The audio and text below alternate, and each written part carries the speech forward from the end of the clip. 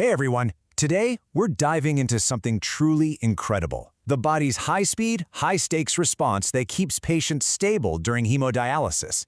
It's a fascinating story about how our bodies fight to maintain balance against a really powerful external force. So let's get right into it. So, here's how we're going to break it down. We'll start by meeting the kidney's gatekeepers, then see how dialysis disrupts the system. After that, we'll look at the body's lightning-fast reaction, zoom in on a specialized sensor system, watch a powerful hormone cascade get triggered, and finally, we'll put it all together to see why this is such a critical balancing act. Okay, first things first. Before we can understand the response, we got to meet the main players inside the kidney, the ones that are in charge of filtering our blood. At the very heart of it all is this incredible little structure called the glomerulus. The best way to think of it is as a tiny, super intricate sieve. This is ground zero, you know? It's where all the action happens, separating waste from the blood. So how does blood get in and out? Well, you've got these two vessels. The afferent arteriole is the in pipe, bringing blood to the filter. The efferent arteriole is the out pipe, carrying it away. But here's the key detail. The out pipe is smaller, and that's on purpose. That size difference creates the back pressure needed for good filtration.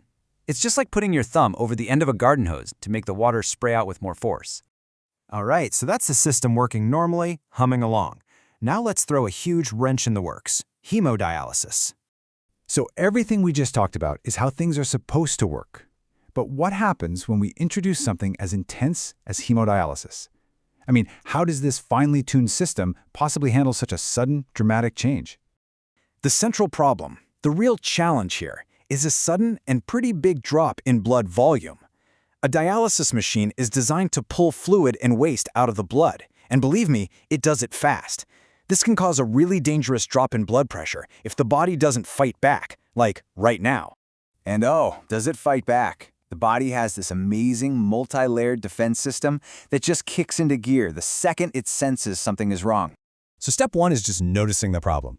You've got these specialized sensors called baroreceptors. Think of them as tiny pressure gauges in your major blood vessels that feel the pressure dropping. At the same time, you have chemoreceptors that are like chemical tasters, constantly checking the blood's makeup. Together, they're the body's drip wire, the early warning system.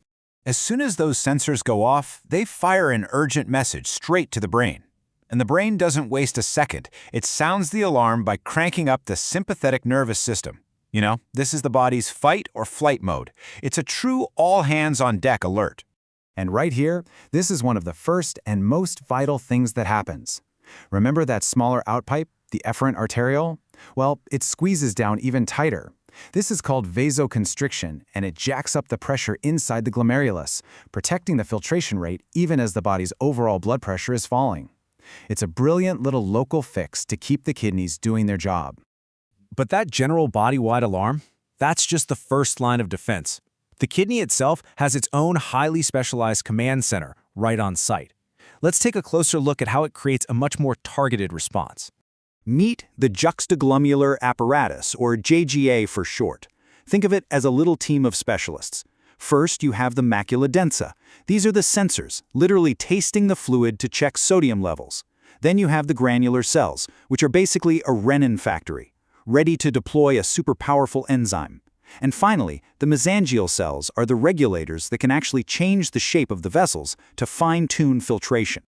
Now, when this JGA team spots a problem, it does more than just make a few local tweaks. It unleashes a massive body-wide hormonal response. So here's how the dominoes start to fall. First, the macula densa sensors notice the sodium levels are off because of the wonky blood flow. They immediately signal their neighbors, the granular cells. In response, those cells dump the enzyme renin into the blood. And that one simple action is the trigger that kicks off this huge chain reaction known as the renin-angiotensin-aldosterone system, or just RAAS. Activating RAS has two major powerful effects. First, it causes systemic vasoconstriction, which means it squeezes blood vessels all over the body to force blood pressure back up. And second, it sends a loud and clear signal for the body to hold on to salt and water, which helps rebuild the blood volume that was lost. It's a fantastic two-pronged attack to restore stability.